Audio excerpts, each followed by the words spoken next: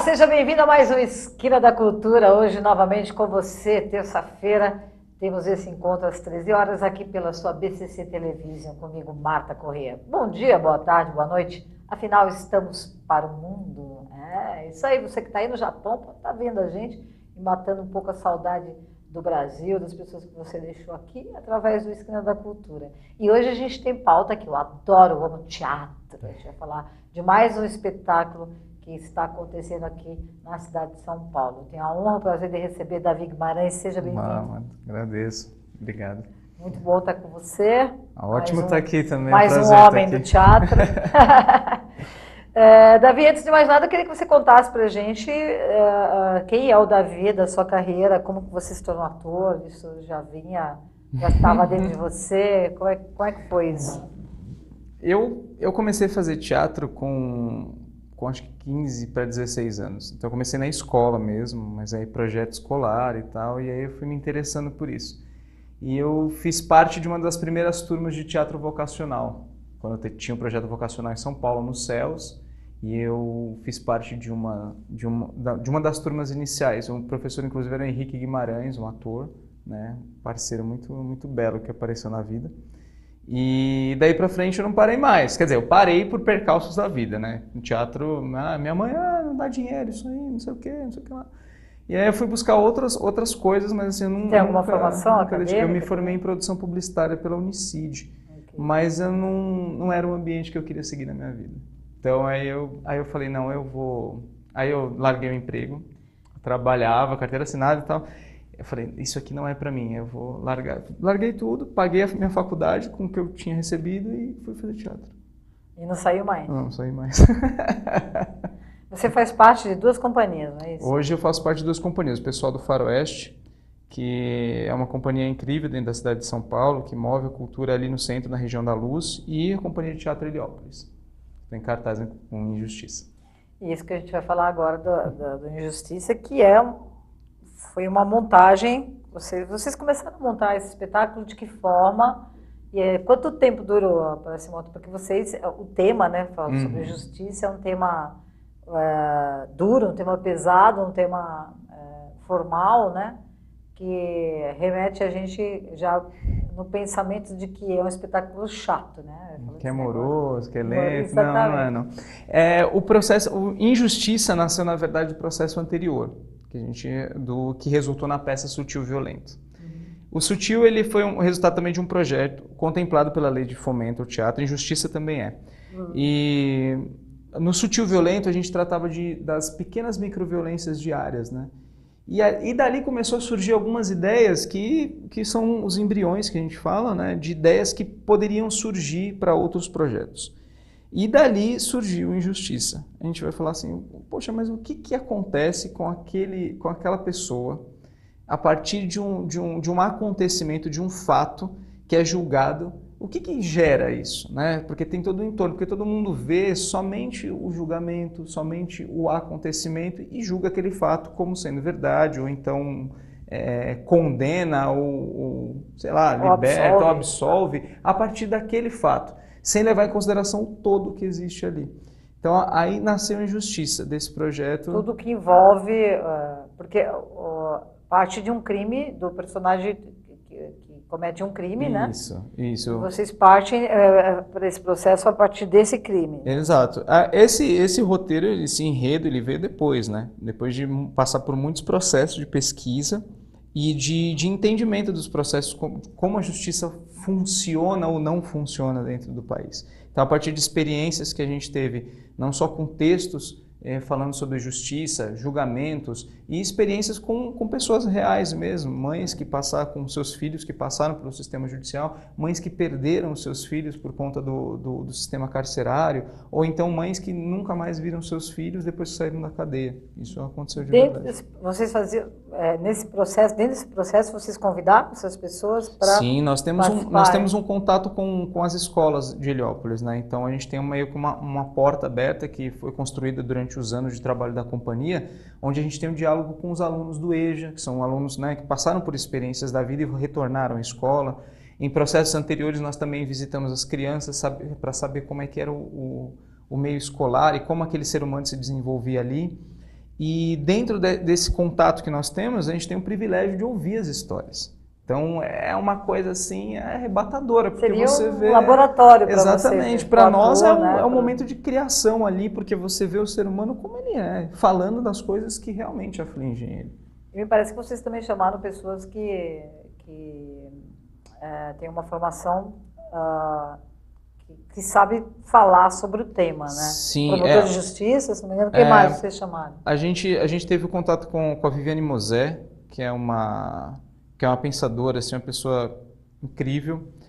Nós tivemos contato com um promotor, eu não lembro o nome do promotor agora, mas ele é promotor. Tem aqui no nosso... Nós temos aqui o programa da... São pessoas que provocam e são especialistas dentro da área, que é uma das chaves também que nós temos como pesquisa dentro da companhia. Chamar pessoas que realmente compreendem e entendem o tema que vai ser falado. Sou especialista do tema, né? Exatamente. Maravilha. E quem mais? Está aqui, vocês... Aqui, Luiz Eduardo Soares? Luiz Eduardo Soares é um dos escritores, uma das obras que nós consultamos também. Tem aqui, ó. Você que sabe onde está o nome aqui, do rapaz. Que fala, esse daqui é o programa da peça, né, sim, que as pessoas ganham na entrada, e vem contando toda essa experiência aqui. Tá aqui, ó. Maravilha. Também, e aí nesse processo, tudo quanto tempo para vocês montarem esse espetáculo? Olha, só para o Gustavo Roberto, tá, o promotor, e também o contato com o Cristiano Burlan, que é um cineasta também, que passou uma experiência de vida incrível também com o sistema judicial. Os nossos processos são mais longos, né? Porque nós... Que é uma pesquisa É uma profunda. pesquisa. É o terceiro projeto contemplado pela Lei de Incentivo ao Fomento. Nós estamos na 31ª edição e o nosso processo durou 1 ano aproximadamente. Dentro desse 1 ano, ensaios de segunda a sexta, pesquisas de segunda a sexta vocês ensaiam? Segunda a sexta, todos os dias, na Casa de Teatro Maria José de Carvalho, que é a sede da companhia. Ok. E nesse lugar a gente passou por vários tipos de experiências cênicas, vários experimentos propostos pelos atores, propostos pela direção, também pela dramaturgia, o texto do Evil Rebouças. Que foram se unindo e foram sendo garibadas até chegar no resultado de Injustiça. De que é a direção? Direção é de Miguel Rocha. Ok. E vocês estrearam em janeiro, né? Em janeiro. 25 de janeiro? A gente estreou... No aniversário de São Paulo? No aniversário de São Paulo. E logo depois da posse do presidente, né? Então o tema veio à tona no momento em que as questões estão sendo discutidas.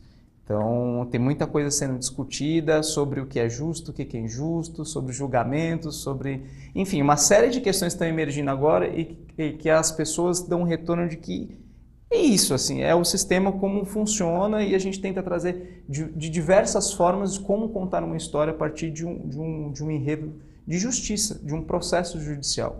Então, as coisas que são faladas em cena, muitas das vezes a gente encontra fora de cena. Então, é um processo riquíssimo onde todos os dias existe a possibilidade de falar e ressignificar o que a gente faz em cena. Nossa, maravilha isso. Vamos ver algumas fotos do espetáculo, eu queria que a produção mostrasse para a gente. Olha lá. Esse é o figurino também? É um dos figurinos, né? Porque o STF, com toda a espetacularização, então nós fizemos uma releitura das togas aí, né? Os homens da capa preta. Exatamente, os homens e mulheres das capas pretas ali. Que mandam no país. Exato. Pela caneta. As famosas canetadas. Aí o que seria, já é um retorno, esses daí são figuras históricas que nós temos. Quem está operando esses bonequinhos aí é o Gustavo, que é o nosso ator mirim. E essa já é uma parte do espetáculo, que a gente chama de segunda parte, onde tem a virada, que vai falar sobre a ancestralidade, trazer temas que são... Vai falar sobre isso também. Exato. Esse é o Alex, em uma das cenas. Isso tudo para contar realmente a história, uma história a partir de um fato, que é o Serol, né? Que o Maicon Guilherme dos Santos, é chamado de Serol. A gente traz, isso aqui também faz parte da ancestralidade, Xangô, Deus da Justiça. Aham. A gente trouxe ele também para falar sobre isso, né? Que Xangô é justo, né? Segundo a... Aí também tem a ver com a Isso. sexualidade também? Também, já é a Mas... segunda parte. Isso aí é espetacular.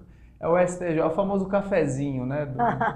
Dos juízes. Você traz isso também Sim, para o palco?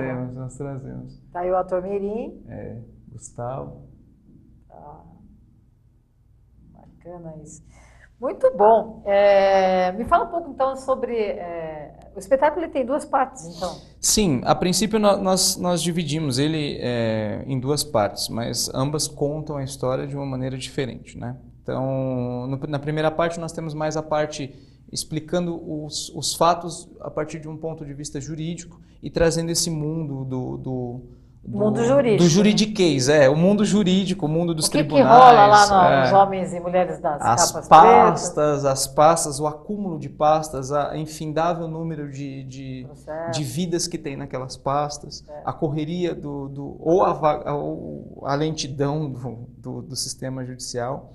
E numa segunda parte a gente tem a virada onde a gente começa a trazer um pouco da ancestralidade, para dizer que os problemas que nós temos hoje não vêm de hoje, não são atuais, são coisas que já estão no seio do nosso país e já vêm incrustadas ali as questões de preconceito, as questões de genocídio, as questões que nós vemos hoje disseminadas de uma forma muito branda, mas que sempre existiram e são muito, muito, muito caras e muito pesadas e muito íntimas assim da sociedade brasileira, porque esses problemas de mortes, de preconceito foram colocados e implantados lá atrás, não no descobrimento, mas na invasão que nós tivemos aqui. Okay. Ainda tanto que um texto muito muito belo que nós colocamos, ainda que 5 milhões de indígenas vivessem aqui, eles foram ignorados e eles continuam sendo ignorados até hoje. Então, nós tratamos de questões que vêm de lá de trás. Então, não é de hoje. Então, trazer mitos como Xangô, trazer a terra para a cena, trazer o índio, são coisas realmente que devem ser colocadas em cena, porque é isso que acontece. São coisas que realmente existem, estão aqui, né? A gente não pode ignorar. Ok. Também há na peça um texto ou alguma forma que vocês se expressam desse governo atual, que também está ignorando um monte de coisa. Uhum.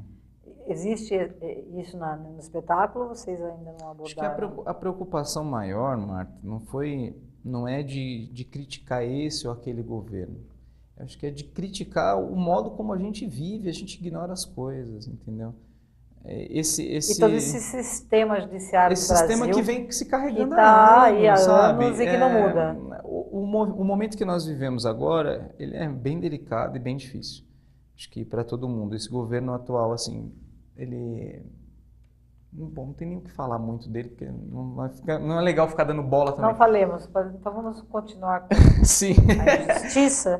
Mas é justamente de tratar as questões que vêm sendo carregadas há anos. E as pessoas acham que isso é atual, não é atual. São questões e problemas que nós carregamos há muitos anos dentro da nossa sociedade e que agora tomaram uma proporção que é quase descontrolada, mas é consequência de tudo que vem acontecendo. E o Serol, que é esse personagem, o crime dele que é a partir para vocês falarem sobre o tema. Isso. Né? O Serol, ele foi colocado na trama porque a gente via a necessidade de colocar uma situação real em cena. Algo aconteceu, que é justamente o que acontece dentro de um processo judicial, né? Sim. Algo acontece. Então nós partimos primeiro da prerrogativa de que vamos ter um tribunal do júri, onde a plateia vai ser o júri e juiz ao mesmo tempo, e nós vamos representar o que aconteceu para que a plateia saia dali. Não há um veredito, ninguém vai falar se é culpado ou inocente, mas o que existe ali é um consenso sobre pontos de vista de como ver a mesma história.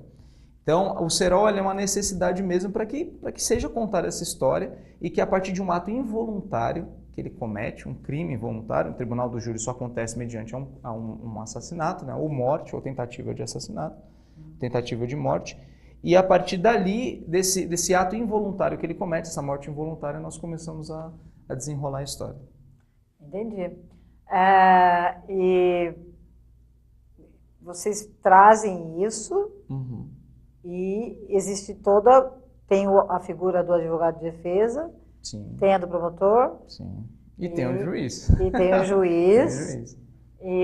Só que não tem o veredito, fica para as pessoas refletirem. O veredito é dado dentro da consciência de cada indivíduo que está na plateia. Mas depois de a gente expõe vários pontos de vista. Isso é bacana, interessante, porque nossas peças elas são completadas pelo espectador. Quem está na plateia vai completar e vai participar da peça, tanto quanto nós. Só que eles vão dar um entendimento a respeito das imagens que eles estão vendo, mas há uma interação com a plateia mesmo? Tem uma interação. Nós fazemos uma escolha como se fosse um júri. Funciona exatamente como um tribunal. A gente chama as 7 jurados que vão participar e esses 7 jurados são apresentados, eles se levantam, mas o veredito quem dá são eles. Essa escolha dos jurados vocês fazem ali na hora, ou um pouco antes de começar o espetáculo, ou escolhe ali na hora? Aí vai precisar vir assistir a peça.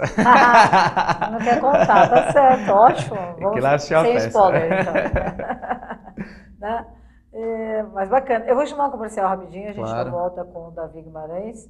Você fica aí com a Esquina da Cultura. Eu volto já.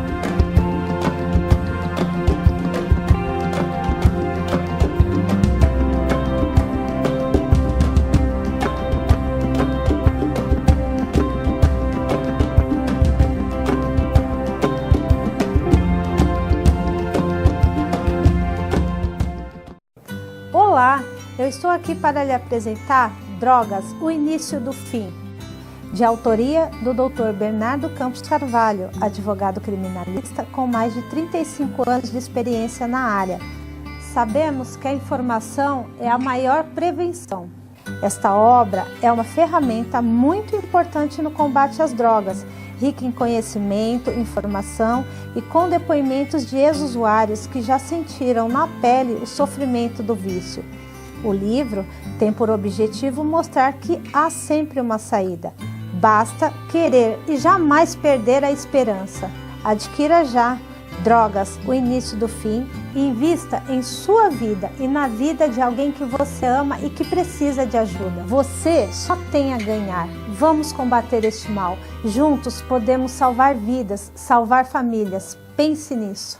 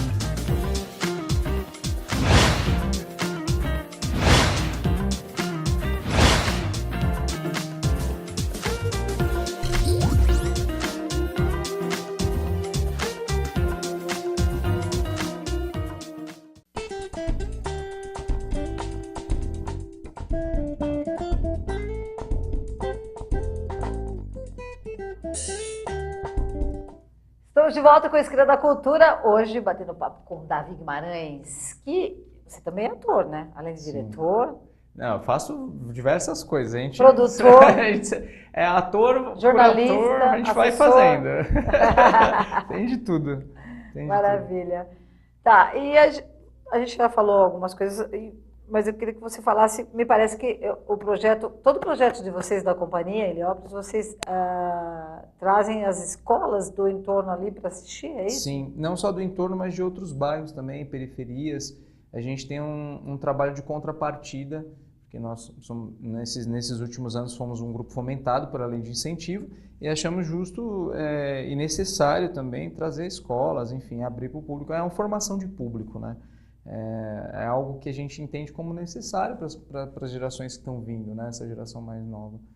Pelo menos ao meu ver, é necessário mesmo. Tem gente que nunca foi ao teatro dos jovens, né? Então, a primeira experiência, aí quando chega lá, se surpreende, porque não tem nada a ver com o teatro que todo mundo está acostumado, né? Tem um palco ali na frente, as pessoas sentam aqui e ficam vendo a peça bonitinha. Não, é um lugar, é um espaço cênico onde acontecem coisas. As pessoas, e os jovens, principalmente, ficam assim, nossa, uma outra experiência. E é bacana esse tema, porque também eles podem ter acesso a um júri, né? Porque a maioria das pessoas nunca viu um júri acontecendo, nunca viu uma figura de um promotor, a figura de um juiz. Eu acho isso de uma riqueza maravilhosa, né? E o teatro é sempre uma experiência, né, Marta? Então, a gente tenta trazer esse universo para as pessoas, às vezes as pessoas ficam, é assim que acontece? Não, a representação de como é ali, né? A gente passou fez esse laboratório, assistiu um tribunal de júri, viu como era, e a gente tenta fazer a reprodução da melhor maneira possível dentro do nosso enredo ali. Maravilha, porque é uma forma de levar para as pessoas que nunca estiveram no júri para ver como é que acontece mesmo. Também tem essa experiência. É muito, muito interessante. A gente tem um vídeo também, vou pedir para a produção mostrar, que vocês trouxeram para a gente, vamos ver.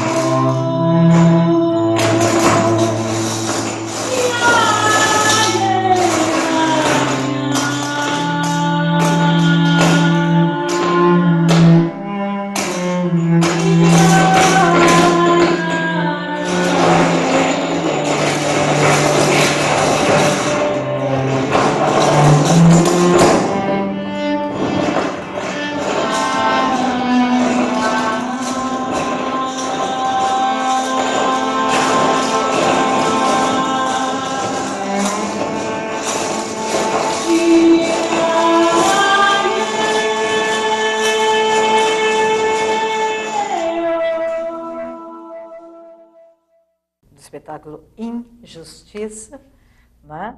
Me parece um espetáculo muito interessante e que traz aí vários elementos do teatro, né? Vocês trazem os elementos da natureza também, terra, água, tá tudo ali. Sim, né? tá tudo. A gente traz essa parte mais ancestral mesmo, né? Do pisar no chão, Tem a figura de Xangô também. Sim, Xangô, Deus da Justiça, segundo a mitologia. E a gente traz alguns elementos que puxam para o enredo que nós estamos tratando, né? Então, a gente já passou pelo fogo, tem a terra, tem elementos ancestrais mesmo, ancestrais humanos, que a gente diz, né? Os ancestrais humanos, para contar essa parte também, porque é necessário. E o Serol tinha uma avó, e avós da geração do Serol foram escravos também. e passaram pelo processo. Então, são coisas que o Serol também carregava. Inclusive, fala-se, né, que a avó dele fala que ele carrega em si todas as vozes mudas, caladas, que foram oprimidas. Então tem essa parte também. Nós contamos através do Serol. O Serol é uma vitrine de tudo que acontece atrás, né? E ele gostava de empinar pipas, né? E fazia pipas. Sim, né? Por isso que é Serol. Das pipas lá que a gente Sim. acabou de ver. É uma cena muito bonita, é uma cena muito poética e que traz um pouco da essência do que é essa personagem, né? Que em nenhum momento está em cena. Isso é interessante, ele não aparece em cena. Nós contamos a história do Serol sem o Serol. Sem o Serol presente. E também sem saber o que aconteceu com o Serol no julgamento, né? No júri, porque não há um veredito final. Não há um veredito final. Maravilha.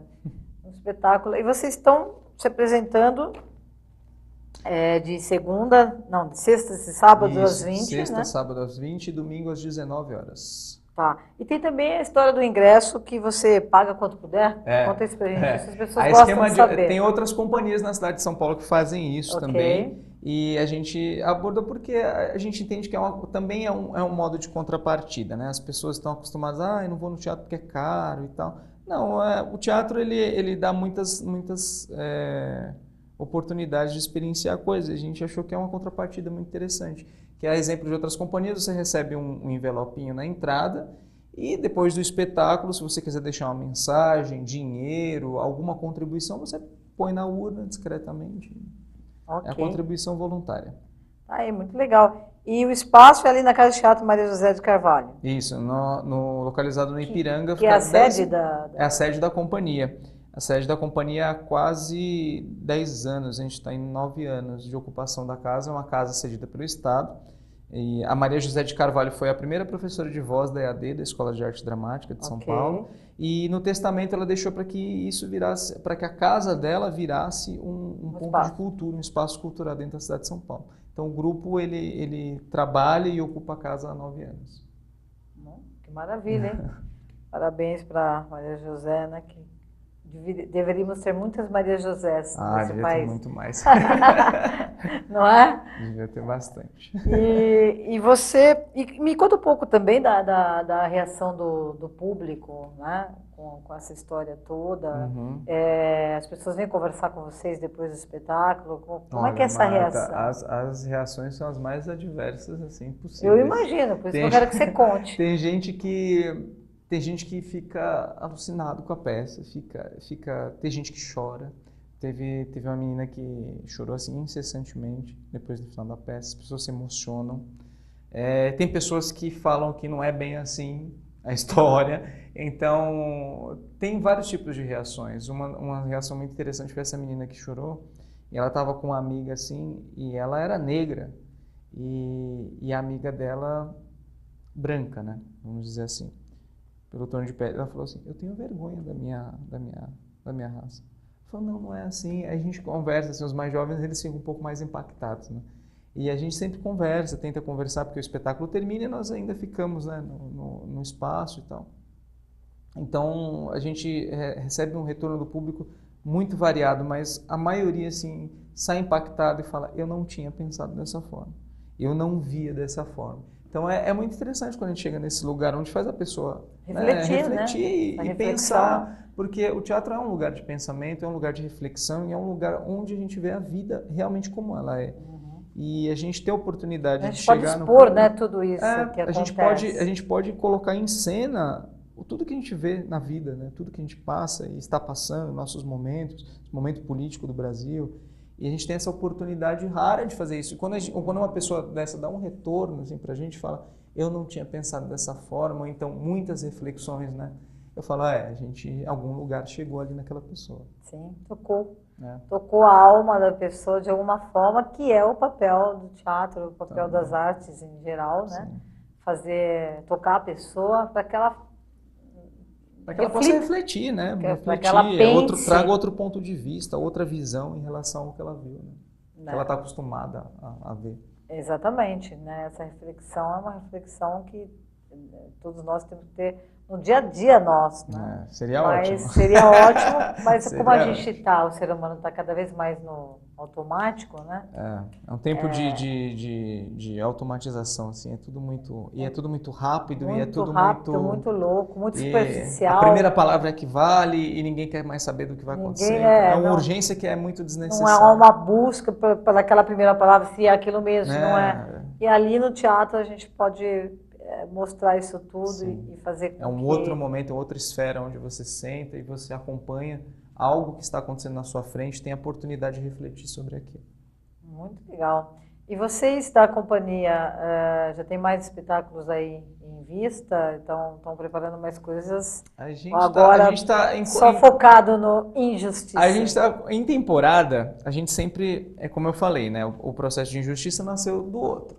Então agora a gente está sentando, o Miguel que é o diretor, a Dalma, o Valmir, nossos companheiros, e a gente está sentando para ver o que pode acontecer dali. Estão surgindo alguns temas, até para a gente colocar em outros projetos, e vamos ver o que vai rolar, mas ainda não tem nada definido assim, sobre o que vai acontecer.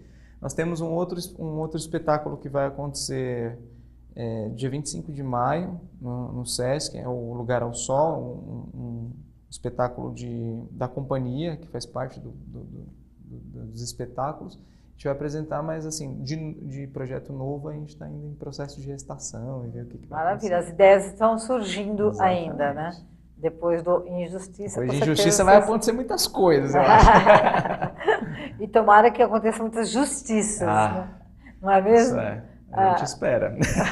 Com certeza. E na companhia vocês são em 5 pessoas, é isso que você me núcleo disse? duro somos em 5 pessoas. A gente trabalha com um esquema de núcleo duro, onde as pessoas que fazem parte desse núcleo tomam as decisões e coordenam qual vai ser os projetos, enfim.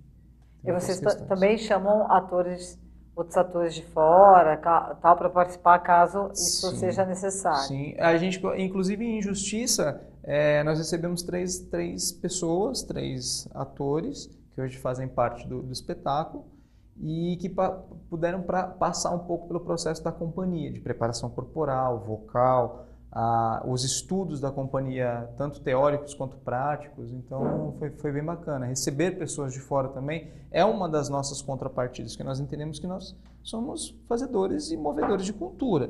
Então nós também somos trabalhadores e precisamos também, né, agregar pessoas para trabalhar e para fazer funcionar as coisas. Esse processo de voz, trabalho de voz, de corpo, é feito por vocês ou vocês chamam alguém de fora? Nós temos os nossos preparadores, né? A Lúcia Cacaso, por exemplo, e a Camila, eu nunca lembro o nome da Camila, como complicadíssimo, mas a Camila, eles são as nossas preparadoras físicas, né? Que cuidam mais da parte coreográfica e preparação do corpo. Nós tivemos a Bel Borges, que é uma das musicistas. Nós temos 3 musicistas tocando ao vivo. É impressionante. Agora. Tem música ao vivo no espetáculo? É toda ao vivo a trilha sonora. Quem fez a trilha? A trilha foi o Meno Del Picchia, que é um cara assim muito incrível, assim. E são 3 musicistas, são 3 mulheres tocando desde violoncelo até piano. Então, a Bel Borges, que toca violão e é percussionista também, ela que fez a nossa preparação vocal. E por um desses namoros que nós temos de trabalho, a gente abordou ela, falou, não quer fazer a peça com a gente? E aí rolou o convite, ela aceitou e está trabalhando com a gente. E dentre isso, a gente também tem as preparações não vocal, mas a preparação de dialética, mesmo como a gente trabalha, como a gente argumenta. O Alexandre Matti foi fundamental nessa parte. O Alexandre, que é um parceiro da companhia já tem uns anos, é uma pessoa incrível, assim, é uma pessoa assim, que não tem nem o que falar dele, que é muito incrível. E ele fez essa parte também de argumentação de texto, de preparação. O Evil também participou, o Evil Rebouças é o dramaturgo da peça. Escreveu esse texto em colaboração conosco. Então foi um bate-bola, uma troca muito, muito intensa e muito incrível com relação a todo o material que ele recebia e devolvia. Estava com a gente, todas as leituras dos textos que ele mesmo produzia, deu ideias. Então são essas pessoas que nos formam, né, dentro do grupo. E isso já vem de anos, assim. Então, a Lúcia já está há um tempo com a gente, a Camila já faz 2 anos que está conosco. São pessoas que nós agregamos e que vão moldando a companhia de acordo com as nossas necessidades, mas não só isso, nos preparando para enfrentar ensaios, enfrentar a temporada e preparar o corpo mesmo para ter esse diálogo com o público, né? Ok, agora vamos voltar um pouquinho na música ao vivo, porque tem muitos espetáculos que a gente vê que existe uma sonoplastia, mas não está ali ao vivo. Sim. Qual que é a diferença para o ator, para vocês, atores que estão ali, da música ao vivo com a música que... É outra história. Outra história. É outra história, porque assim, ali a gente está dando de humano para humano, né? Então tá tendo um diálogo ali. A gente não está esperando ninguém soltar a música e tal. O Giovanni, que já vem trabalhando há uns 3 anos com a gente, 3 ou 4 anos já conosco, cuida da parte mais digital e vai controlando ali a mixagem e tal dos instrumentos, mas as meninas estão sempre em diálogo conosco, assim, vendo a cena, porque é diferente o músico ver o que ele está falando, porque nós estamos falando a música dele e ele também está falando o nosso texto. Então, existe um diálogo ali entre nós. Podemos dizer que o teatro e a arte de interpretar e a música são irmãs, praticamente, sim. Então, né? Imagem e som andam lado a lado. Muito legal isso. E eu também sinto essa diferença quando você vai ver um espetáculo que a música está sendo executada ali ao vivo, é uma outra história mesmo, né? Eu acho que contribui muito mais para trabalhar com a emoção do espectador, acho que atinge mais, chega mais, não é? Com certeza.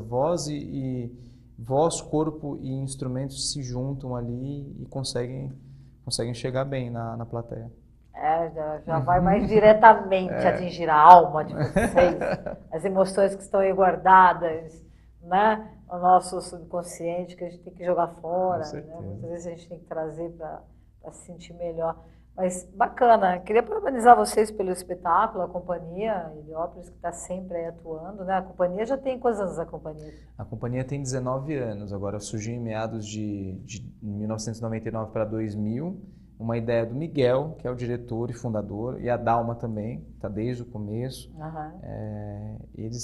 A primeira montagem, eles queriam porque queriam montar um texto, que o Miguel ficou apaixonado, que é o Queda para o Alto, e dali para frente foi se desenrolando e aprimorando a cada trabalho. E todos os 5 que estão lá vivem de teatro? Vivem de teatro. Nós temos alguns atores, por exemplo, o Alex está em formação em psicologia, mas sempre voltado para como vai articular o nosso trabalho, para ter melhorias, né? Muitos atores que passaram na companhia foram seguir outros caminhos, né? Uma companhia com 19 anos já passaram muitos atores. Sim. E se formaram advogados e foram fazer outras coisas. Nós temos uma atriz que ela passou agora na USP para fazer fonoaudiologia. Então ela vai ser fora. Então são caminhos que nós temos, mas assim, as pessoas que passam falam assim, poxa, para mim foi importante ter passado por ali. E aí deixam seu rastro e voltam, enfim, tem toda uma história com a companhia. Maravilha, parabéns pela companhia, que vida longa para a companhia. Vida longa. Que possamos ter vocês sempre aí nos fazendo esses espetáculos tão interessantes e que faz a gente pensar, que é muito importante a gente pensar, né? E pensar com conhecimento, né?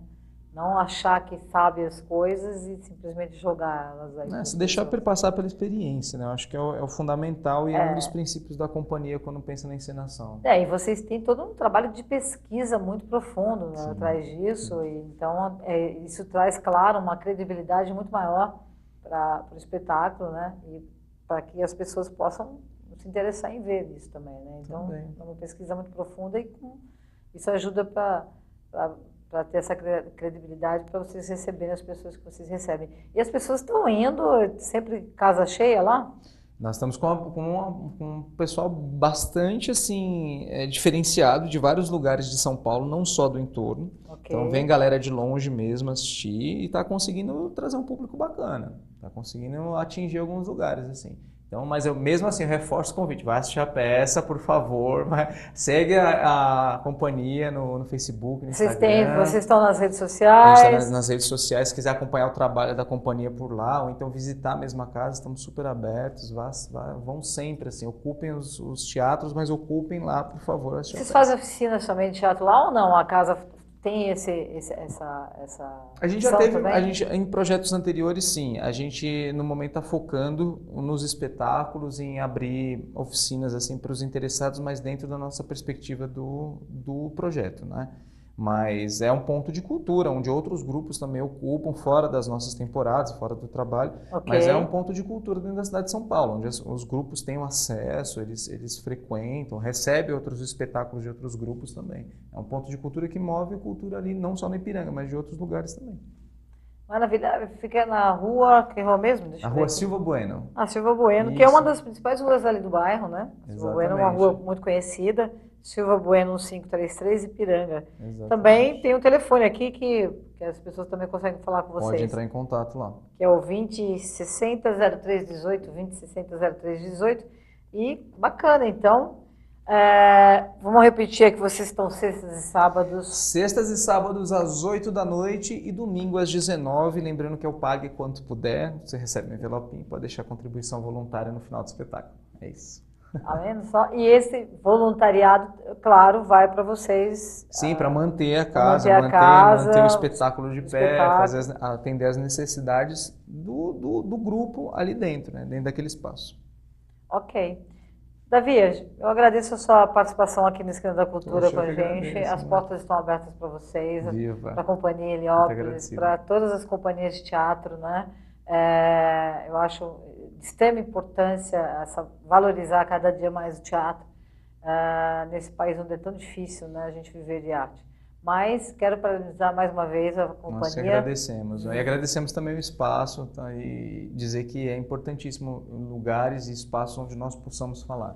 Então, cada vez mais pessoas como você que abrem as portas, abrem o programa, para que nós possamos não só divulgar a peça, mas falar sobre o trabalho do teatro como ele é. Então, nós agradecemos mesmo. Sim, de extrema importância a gente falar de teatro, né? E para as pessoas entenderem um pouco mais sobre o que é essa arte tão importante para um povo, para uma sociedade, né? Senão a gente não vive, né? Sem a arte, sem essas coisas, a gente não vive. Sem arte não se vai para frente. Não tem, o país não tem memória, não tem nada. Parabéns mais uma vez. Obrigado. Volte em breve com mais notícias de teatro pra gente, que a gente adora aqui no Esquina da Cultura, tá bom? Muito agradecido, muito obrigado. Valeu, obrigada a você. E conversei com o Davi Guimarães hoje aqui no Esquina da Cultura. Semana que vem a gente tem encontro novamente nesta esquina onde tudo acontece. Eu, você, sou a BCC Television. Beijo pra vocês, boa semana. Fui, tchau.